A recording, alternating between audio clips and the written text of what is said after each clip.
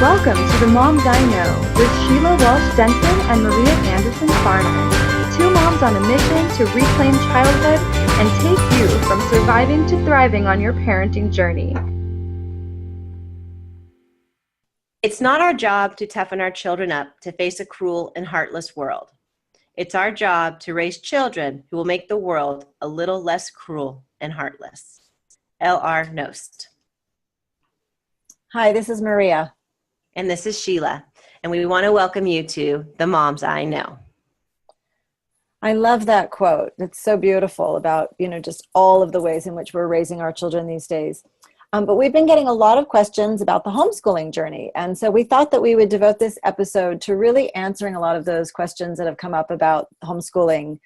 If we're going to homeschool, why we might do this, how do we do it, what styles are we using? So there's a lot of questions that can be answered. So we'll look forward to launching into this today, which may not be for everyone. If you're happy with the education path that your children are on, then that's wonderful. And if you're considering homeschooling, this might be just what you need to hear.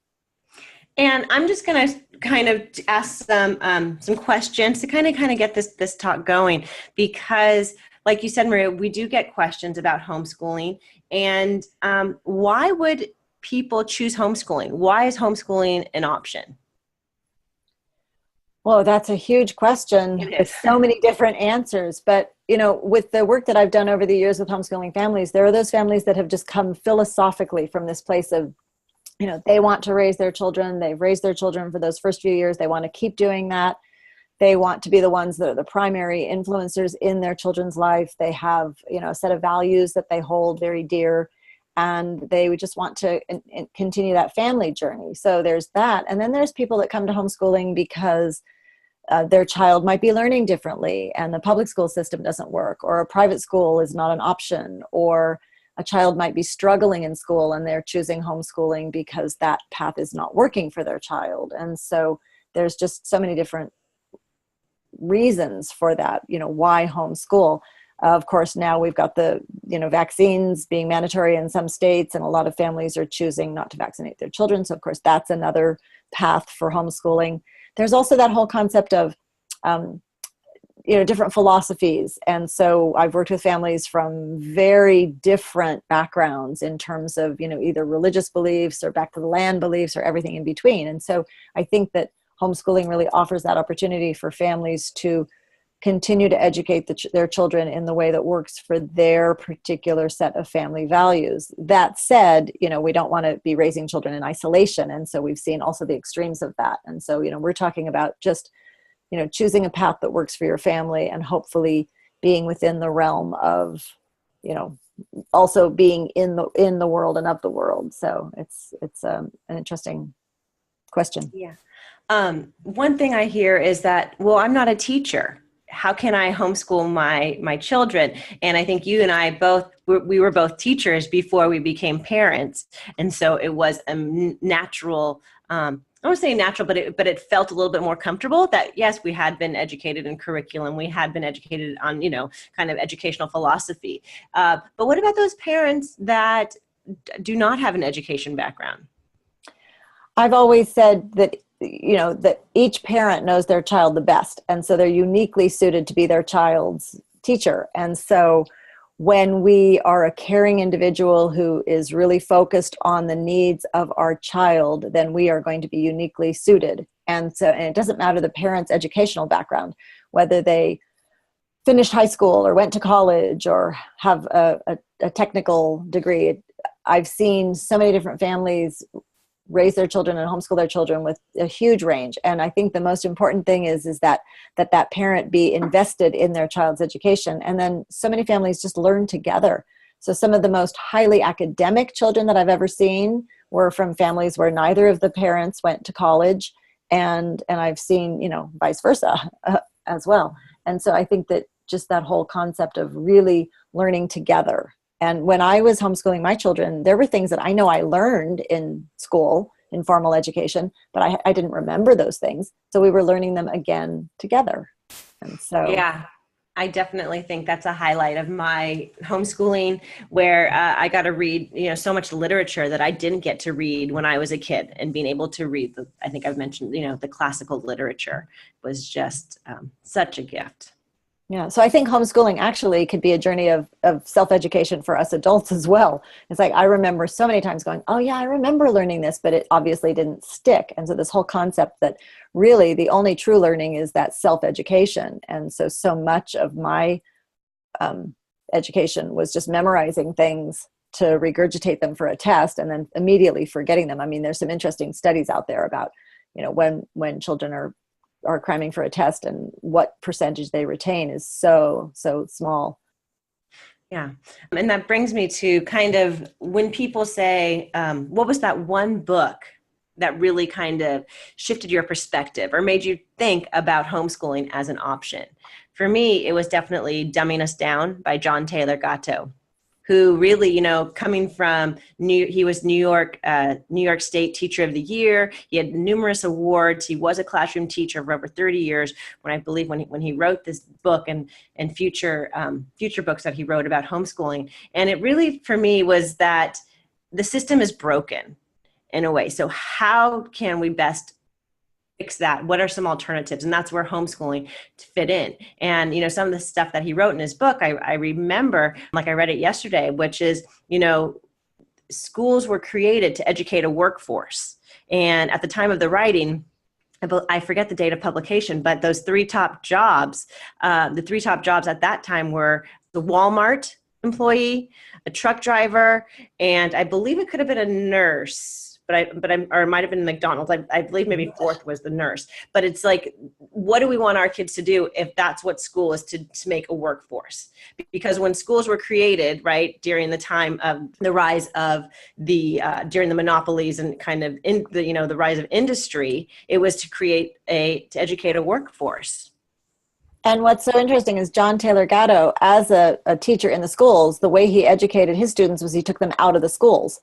They went out into the world and were doing hands-on real things. And so it was really interesting to look at, here's this man who was being given awards, but his form of education was completely outside of the classroom. So that book is a wonderful book. I know one of the questions that has come up is, what if your family doesn't agree with your decision? Or what if your significant other is saying, well, wait a minute, the public schools or private schools worked fine for us. Why would we be considering homeschooling? And that book, Dumbing Us Down, was the book that I would always recommend to moms whose husbands were resistant to the idea of homeschooling. And when the dads read that book, they were like, okay, I'm on board. And so that one is really pivotal. And we can come back to that idea also of how to work with family members when there's resistance. But I loved reading John Holt, and then also the Colfax family. Those were real pioneers of homeschooling back, 30, 40 years ago. And so they were really talking about how we can do a better or different job of educating our children in the home than if the school system was not working for our children or it was failing, the needs of the families. And so Teach Your Own, Homeschooling for Excellence, there are a lot of those key books in those early years. And now there's so much information out there. So many amazing books on homeschooling, as well as websites. There's so much online support. And most school districts have homeschooling components to them. There's charter schools, there's private schools that have homeschool programs. So there's just so many different ways of going about it. But yeah, those books are interesting. Yeah, and I just want to clarify that if people are looking into that, you would find it under probably independent study. Independent study is the same thing as homeschooling. Right. And then also different states are going to have different legal requirements for homeschooling. And so obviously we would recommend that you check with your state to find out what the requirements are for that. So like just for example, in California, you have the option to homeschool on your own. And basically you have to get an affidavit to start your own homeschool in your home. That's one way to do it. Another way to do it is through a charter school, and different charter schools have on-school campus programs. That's what Maria and I did, what Maria started at Mountain School. It was independent study program was part of this school. Right now, I am a homeschool teacher with a charter school where in California, students get funds from state funds to buy their own curriculum and their own experiences. So they're creating their own homeschool. So there's many different ways you can do it. There's also different styles. And so this was one that, I was working within a public school system of independent study. And so this whole idea of curriculum keeps coming up over and over. Parents would come to me and they wanted homeschool, but they weren't quite sure how they would go about it and what type of curriculum they would choose. And I think that was one of the hardest things for me, was working with parents and helping them understand that I could tell them how I could do it, but that might not work for them. And so really those first few months of doing this sort of dance together of finding out what type of curriculum is going to meet their family's needs and helping support them along the way to find the types of things. And so there's some families that want to be very formal and have, several hours every morning with kind of formal education. There's other families that want to be more free form and more thematic based, a more unschooling approach, following their children's interests.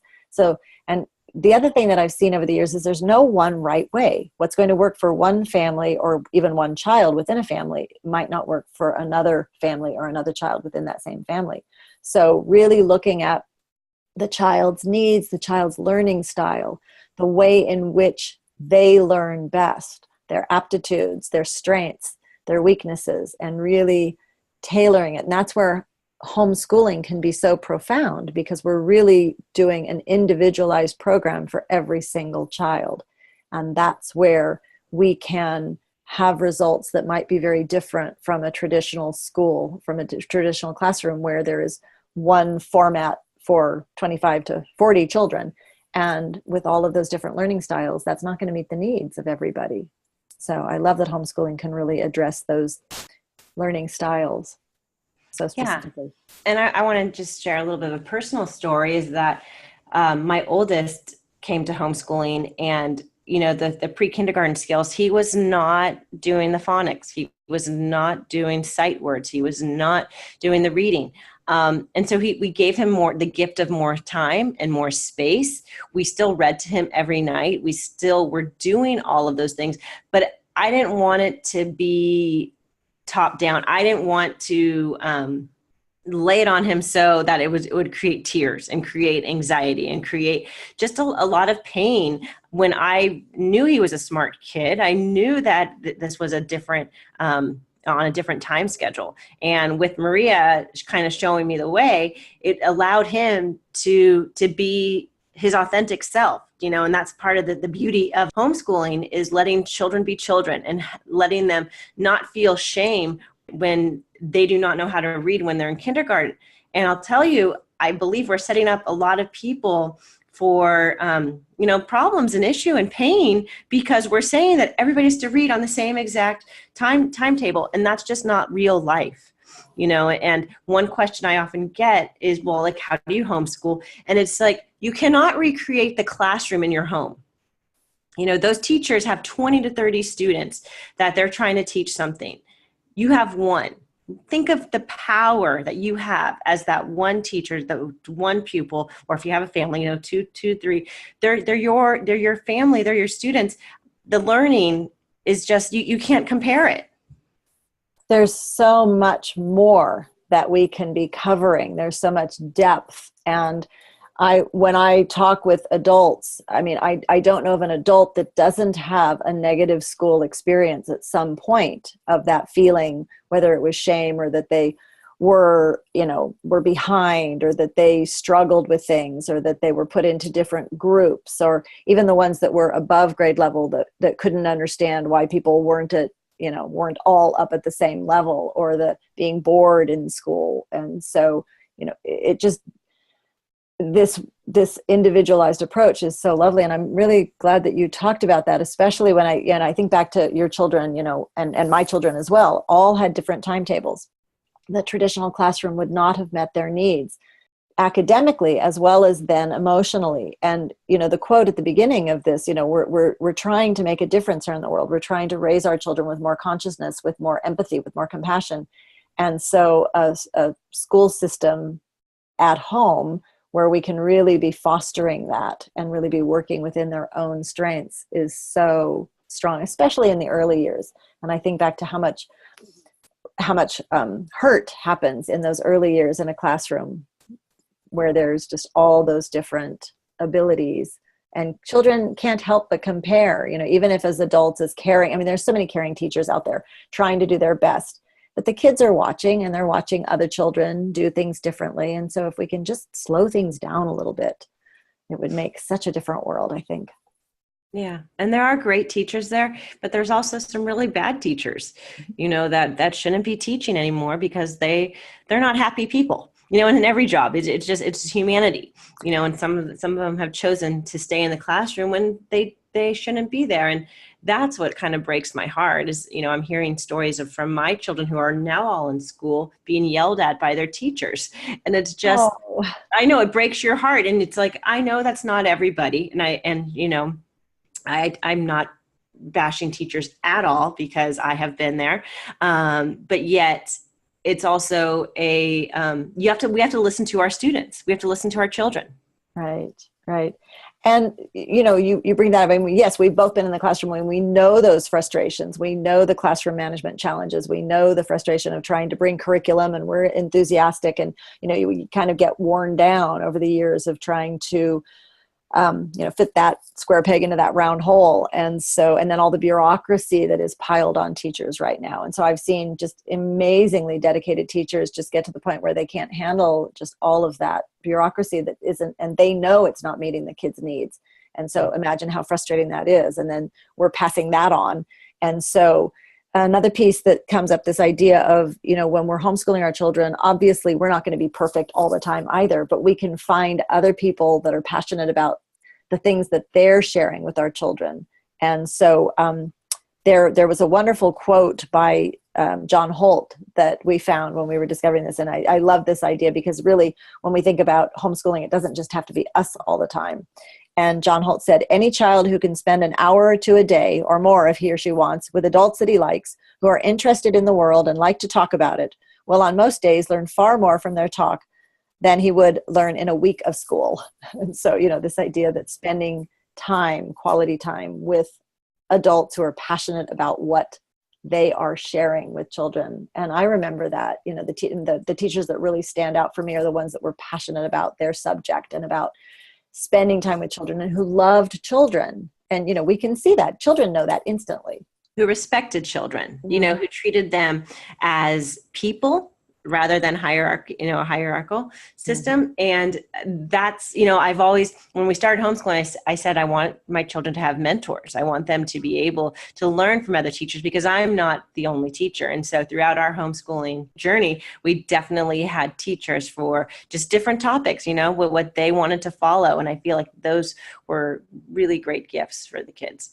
Another thing is I loved being able to have meals with my children. Remember, lunchtime became just a place for us to be, and to just feel our rhythms and see our rhythms. And we read so much. And that was just such a beautiful time. And I like to think of, there's another person who, whenever I talk of homeschooling, people ask me for curriculum ideas. I always bring up Julie Bogart from The Brave Writer. She's probably one of, I always send people to her. She has this great thing that every Tuesday, it would be Tuesday tea time with poetry. So every Tuesday we would have tea and we would read poetry, and so that sometimes became part of our lesson, where then they would recite for each month, they would have to recite a poem or something, and sometimes the poetry I chose, sometimes a house favorite was like Shel Silverstein. We had a couple of his books, excuse me. So, they would read from that and memorize some of those. So there's just so many beautiful things that homeschooling, that is for the whole family. It's a family journey. And I'm so grateful that our family chose to go that path in the early years. And we really did have that time and space together to follow all of our interests. And I think we've talked a lot about that with the literature that we've brought in, the classics book club and those types of things. A few more questions that have come up. There's like this whole concept of the socialization piece. What about that? How do you respond to people when they say, well, what about socialization? That's a good one, because when you look at classrooms, it's just like, where else besides the classroom are you going to see 20 children all the same age? all in the same age. And I would say, my children are having real life experiences. I bring them to the library story time. We bring them to certain athletic events. They were in painting classes. They were in different classes. And I'd say though that the library, that was probably, I think, our constant, that for socialization. We're just getting out and talking with people. So I think it is the job of the teacher, of the homeschool parent teacher, to take your kids out in the community. That's the beauty of homeschooling as well. I do not think you're giving your child, by sheltering your child too much. I don't think that's great. I think that will affect socialization, and we've seen some kids like that have been very, very sheltered. I don't think that should be synonymous with homeschooling though. I think the quote unquote different, weird homeschooler kid is rare. When I think of homeschooling, I think of vibrant children and students who are so anxious to learn because they have a love of learning that's intrinsic. It's not having to memorize for a test. It's not having to learn something because they're being told to. They're learning something because they want to. Mm-hmm. There is that stereotype, in society of that homeschool child. And it's so fascinating to me because we don't have that stereotype of the public school child, where right. What I see a lot of the preteen and teenagers, where they're so worried about conforming that they aren't being true to themselves. And then the homeschooler, I think because of the way in which they've been raised, they're being very true to themselves. And so in those middle school, high school years, a young person who's being true to themselves can be seen as, sort of opposite than that conforming road. And so it's really interesting where that stereotype comes from. But what I've seen too is these young people who are really interested in learning. They're interested in other people. They're used to being listened to. They're used to listening. And they're comfortable with people of all age ranges. And they know themselves really well. There's a wonderful book called A Sense of Self that a woman wrote. I can't remember the name of the author, but she's talking about the homeschool adolescent girls experience, which is in direct opposition to the book that was written, Reviving Ophelia, where there was a woman that was talking about, the public school, the classic teenage girl, and all of the challenges that she was coming up against. And so really that strong sense of self that I see in so many homeschool kids is really strong. There was also a British gentleman who said, well, I thought the social graces were something one learned at home. So, putting 20 to 30 to 40 children in a classroom together may not be, the most positive socialization that we can work on. And so, when we have them at home, I love the way that you talked about that, the meal times as a time to talk about all those things and to really get down to what's going on and listening to each of the children. I also think homeschoolers, the gender stereotypes don't affect them as much. And I want to tell a quick little story, is that when my daughter she started third grade into school. She went into a charter school. The first month or two, she would come home every day and basically tell me how the boys would hit girls, and the boys would do things to girls, like just say things and really kind of creating a situation that she didn't like at all. And what I realized is that, and I would witness this same type of behavior in the classroom, and I would, call it out. But what I realized is that it's accepted behavior. And I believe our homeschoolers, they don't have to accept that behavior because they're not in the classroom. But there is that hierarchy. And I believe if she would have started in kindergarten, it just would have been part of it. But because she started in third grade, it stood out to her. When I asked other moms the question, do their daughters come home and say what's going on? They're like, no. And I just really believe because our girls are conditioned to just accept that. And I think we saw that in preschool, and I just feel like we really have got to change that system as well. Well, we see the results of that out in the adult world now, the whole gender divide. And so really, I loved the fact that the boys and girls were such good friends, kindergarten through sixth grade, so many instances over so many decades where, boys and girls, would be such dear friends. And also, yes, the multi-age range as well. So so many benefits that can happen. Other questions? Yeah, I have a question. What about, I'm kind of saying this again, do I have to be a stay-at-home parent to homeschool? Or another question kind of is, do I have to have a lot of money to homeschool? Oh, and again, I've seen so many different situations where two-parent working families, single-parent working parents homeschooling their children. I've seen so many different creative ways of going about this. And so I think that you can be a stay-at-home single or two-parent family. You can be working, and then you just have to do more networking or parents sharing roles. But yeah, I've seen that work. And I know, you've seen that and been there. Yeah. And so we do it through co-oping. We do it through hybrid situations, kind of like where we went to school, where the kids went to school 2 days a week. And so those became parent work days. The other 3 days, you can fill in with classes and stuff. There's many all-day classes. And then as far as for money, some charter schools give money for studies. Other times you can get a lot of free curriculum online. If you want your child out of school because of a certain situation, you could take them home and then really create an online enrichment kind of education for them. And then once they get the rhythm, then you can really add in some of the magic stuff, I believe, in homeschooling. Yeah, there's so many different ways of going about it. I wanted to see if you had any more that you wanted to add about the idea of, when there's family objections from extended families, say a significant other, spouse, or the aunts, the uncles, the grandparents. How do you address that? I think you need to have, as a homeschool parent, you really need to have a firm resolve of why you're doing it. And that's where, like, dumbing us down, me reading that gave me a lot of kind of, strength to state my case. My dad definitely was like, why are you homeschooling? When are they going back to school? That's what he would always ask, like every year. I homeschooled for 10 years. You'd think, towards the end, he didn't ask it anymore. But it was, when are they going to school? When are they going to school? And it's, I think the proof is in the pudding, they say, where the kids, when they see these children reciting poetry, when they see these children and what they're doing in their athletics, what they're doing in their academics, certain things that you can show them, they're like, oh, they are learning.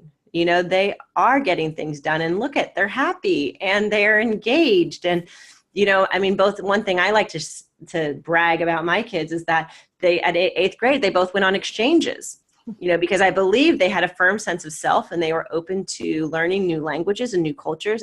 My son went to Spain. We didn't know the family for 6 months. And at age 13, and my daughter did the same thing in Paris for 3 months. So it's like, yeah, homeschooling works, and it can create children who want to be engaged and learning. There's also that aspect, and that's such an amazing testament to your, homeschooling journey. But also this idea that, we're sheltering our kids so much. And so again, coming back to that quote at the beginning, I think sometimes when we push them off too early and they're not ready for it, and they've got that, that sense of insecurity. But when we're homeschooling them, when we're nurturing them, when we're really honoring them for who they are, we're really giving them that strong foundation, that strong sense of self.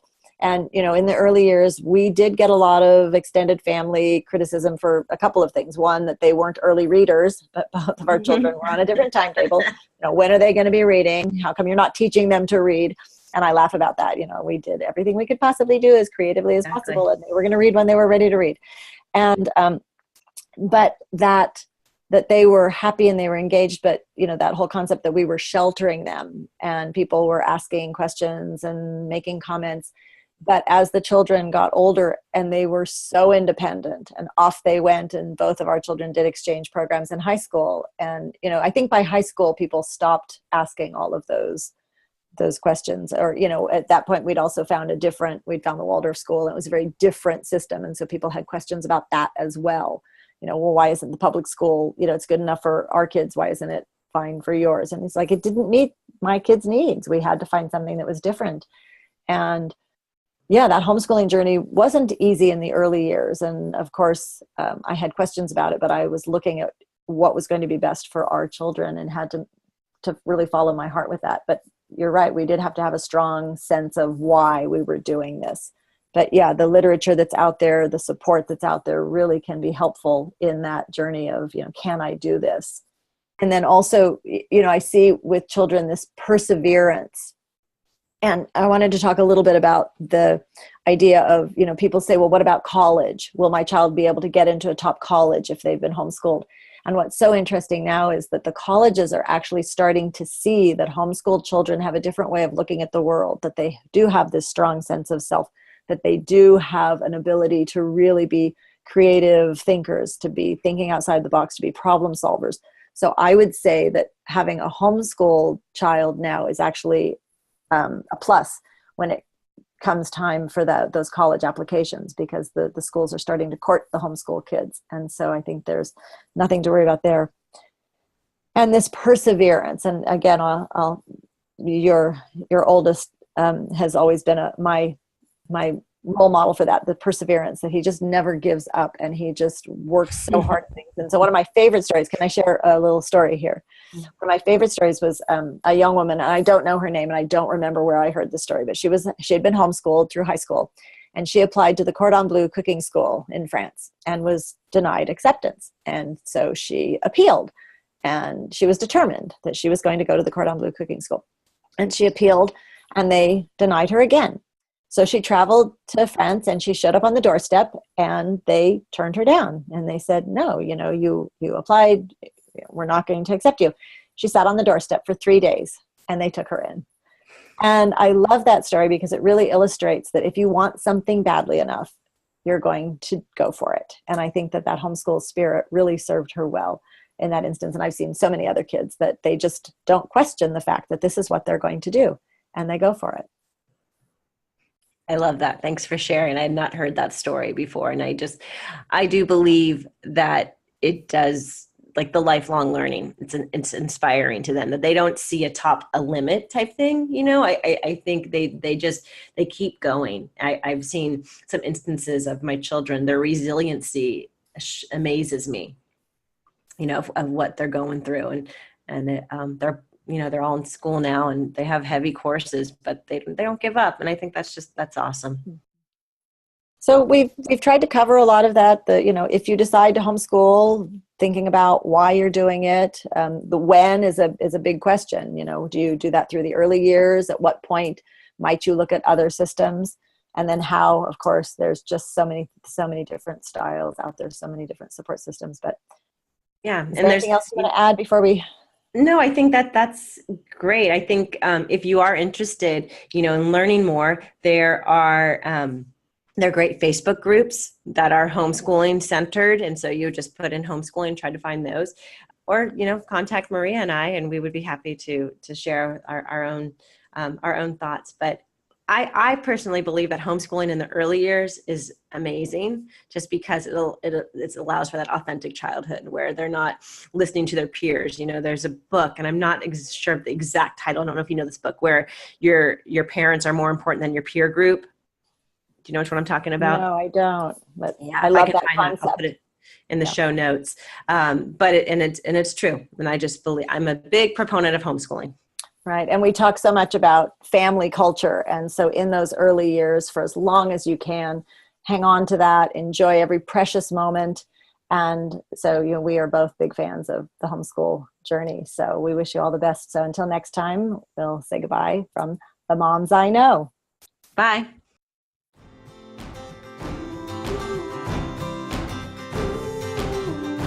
Thanks for joining us today for the Moms I Know. To learn more about Sheila and her online program, The Mom Map, visit purplebeetnutrition.com. For Maria's monthly blog and to learn more about her group programs and retreats, visit soquelessentials.com. That's SOQUEL essentials.com. We hope you enjoyed today's episode of The Moms I Know. Until next week, have a joyful family journey.